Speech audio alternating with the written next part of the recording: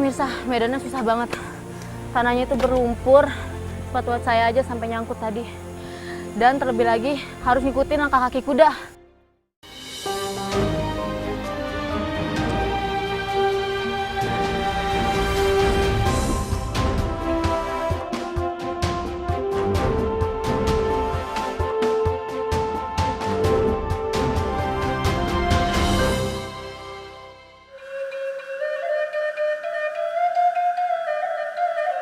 Tim Indonesiaku kali ini tiba di Kabupaten Solok, salah satu dari 12 kabupaten yang ada di Provinsi Sumatera Barat.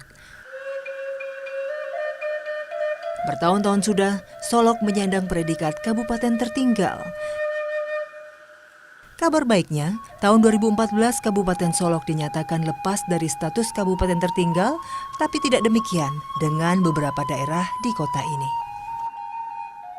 Kami tiba di Nagari Batu Bajanjang, Kecamatan Tigolurah.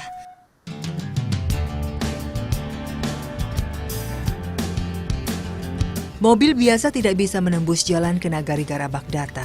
Kami pun menitipkan mobil di desa. Kami lantas bersiap pindah ke mobil bergardan ganda. Mobil bergardan ganda ini menjadi angkutan umum bagi warga. Namun kendaraan ini tidak setiap waktu ada dan menunggu penumpang. Kami termasuk beruntung bertemu Zendi dan teman-temannya. Mereka ingin mengangkut minyak ke desa. Namun setelah bernegosiasi, Zendi bersedia membawa kami dulu. Biasanya warga bisa menunggu mobil seharian untuk ke sana. Tarif untuk sekali jalan sebesar Rp100.000 untuk warga Nagari. Sementara rombongan tim kami harus menyewa satu mobil dengan harga yang cukup besar, yakni Rp1.200.000. Ini karena barang peralatan yang kami bawa cukup banyak. Harga yang cukup fantastis untuk jarak hanya 15 km ke desa yang akan saya tuju. Saya menjadi sangat penasaran sesulit apa medan ke sana sehingga membuat ongkos mobil begitu mahal. Persiapan telah selesai, kami pun mulai berangkat. Awal perjalanan kami disambut dengan perkampungan warga Batu Bajanjang dengan jalan tanah yang lumayan bagus. Beberapa menit kemudian kami mulai memasuki jalan setapak dengan tanah yang berlumpur.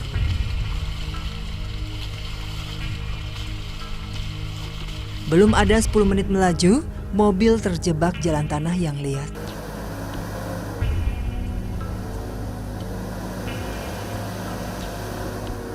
Dua orang awak mobil turun.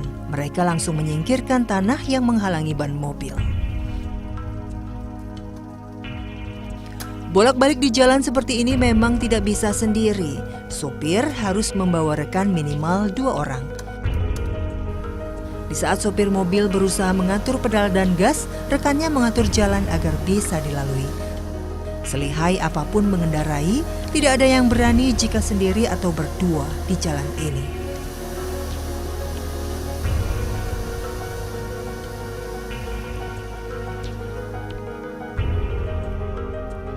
Lepas jebakan tanah, kami melanjutkan perjalanan.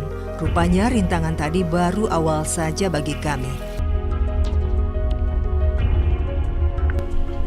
Kini di depan kami, medan jalan menjadi semakin parah.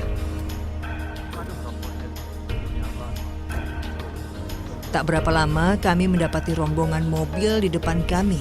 Mereka tengah berusaha meloloskan mobil dari jebakan tanah liat. Kembali awak mobil kami turun memeriksa keadaan. Terlihat bahwa mereka sudah sangat terbiasa dengan situasi seperti ini. Ternyata rombongan ini sudah lebih dari 1 jam terjebak. Mobilnya tidak bisa menanjak melewati tanah lumpur yang dalam. Kesulitan seperti ini menumbuhkan rasa solidaritas warga. 2 awak mobil yang saya tumpangi pun dengan sukarela membantu memadatkan tanah untuk jalan mobil mereka.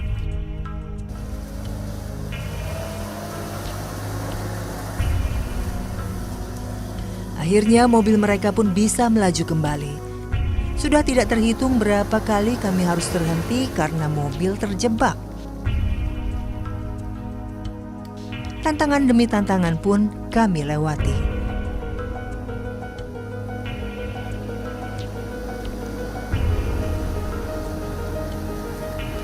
Namun belum cukup untuk mengantarkan kami ke tujuan.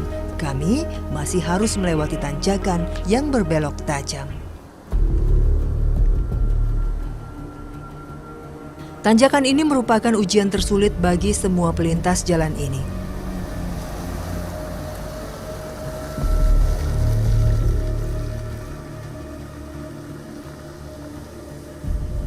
Benar saja, mobil kami terjebak di tengah-tengah tanjakan.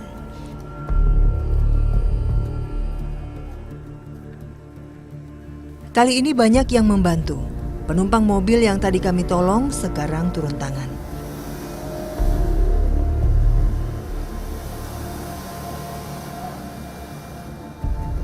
Tidak cukup hanya dengan menyingkirkan tanah yang menghalangi, mobil pun harus didorong.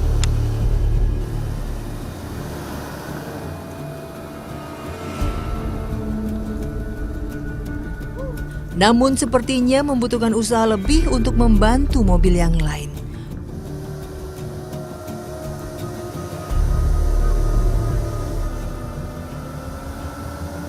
Umur mobil ini yang lebih tua dibandingkan mobil Zendi membuat kekuatannya sudah tidak sebagus dulu.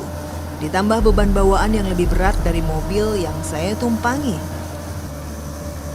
Mendorong mobil ini ternyata tidak cukup membuatnya maju. Tidak kehabisan akal, salah satu awak mobil mengambil tali.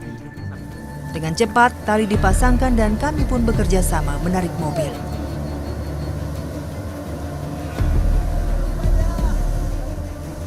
Akhirnya, mobil ini pun terbebas dari dalamnya lumpur. Rintangan ini kadang membuat pengemudi seperti Zendi kehilangan waktu, bahkan pernah bermalam di jalan, menunggu bantuan mobil lain datang. Bang, kalau treknya kayak gini, pernah nggak sih sampai bermalam? Pernah sih. Malahan sering nyampenya di atas kan. Pagi atau tengah malam kan. Berangkat jam? Berangkatnya pagi lah dari bawah kan. Biar nyampenya tengah malam di atas. Berangkat pagi dari bawah sampai tengah malam di atas.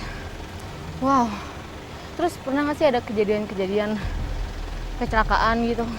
Pernah sih dua kali itu di bawah sana situ. Ada dua mobil yang jatuh sih. Dua mobil? Iya. Jatuh dia? Iya.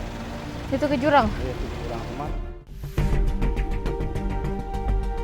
Ternyata beginilah perjuangan pengendara dan warga yang setiap harinya melintasi jalan menuju Nagari Garabagdata. Kini saya baru paham mengapa tarif mobil menuju desa yang kami tuju sangat mahal. Sebenarnya pada musim kemarau mobil jenis minibus bisa melaju, namun pada musim hujan seperti ini harapan transportasi satu-satunya adalah gardan ganda. Suka atau tidak, inilah satu-satunya jalan yang menghubungkan Nagari Garabagdata dengan pusat kota kecamatan. Miris, sejak lebih dari 10 tahun jalur dibuka, begini saja keadaannya hingga sekarang. Harapan untuk mendapatkan jalan yang baik sepertinya tak akan terpenuhi dalam waktu dekat. Ya, pembangunan jalan menuju Garabagdata terbentur masalah status hutan lindung di sepanjang jalan.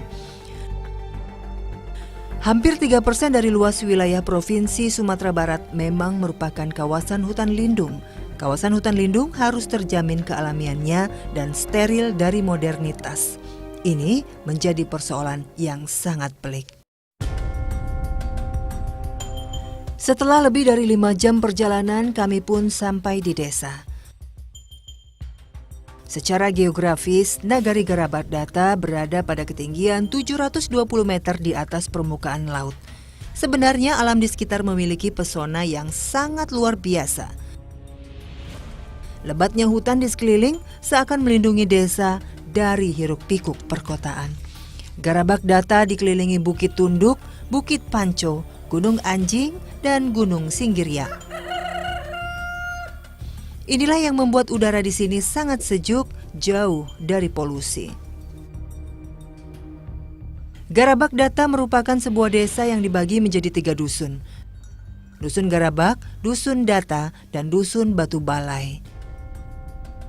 Terdapat sekitar 1.500 kepala keluarga dengan total 3.750 jiwa yang tinggal di sini. Angka kependudukan yang sangat tinggi untuk sebuah desa terpencil.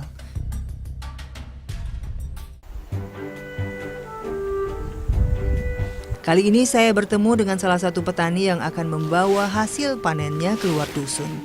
Mereka tidak bisa langsung mengangkut padi-padi mereka ke pasar. Disinilah kuda berperan. Hewan berkaki 4 yang dulu menjadi andalan keluar masuk nagari ini kini hanya digunakan di dalam desa. Kuda beban menjadi tumpuan transportasi warga terutama untuk mengangkut hasil panen para petani. Pak Jamilus adalah salah satu pemilik kuda yang menyediakan jasa antar. Jika ada yang membutuhkan jasanya, Jamilus selalu siap dengan 2 kuda yang dimilikinya.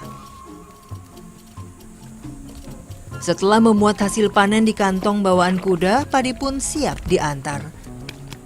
Kali ini kabarnya perjalanan yang Pak Jamilus tempuh cukup jauh. Penasaran, saya pun ikut. Benar saja, baru beberapa meter melangkah, kami disambut dengan jalan berlumpur. Medan jalan di sini tidak pernah kering walaupun pada musim panas. Apalagi pada musim hujan seperti sekarang. Tanah menjadi sangat gembur dan lunak. Salah melangkah, kaki bisa terjebak ke dalam lumpur jalan ini. Belum ada setengah perjalanan, kaki saya sudah terjebak di dalam genangan lumpur. Ini dalam banget sumpah ininya. Aduh, pemirsa, medannya susah banget. Tanahnya itu berlumpur, sepatu saya aja sampai nyangkut tadi. Dan terlebih lagi harus ngikutin langkah kaki kuda. Ya ampun, super banget bapaknya. Terus lanjut.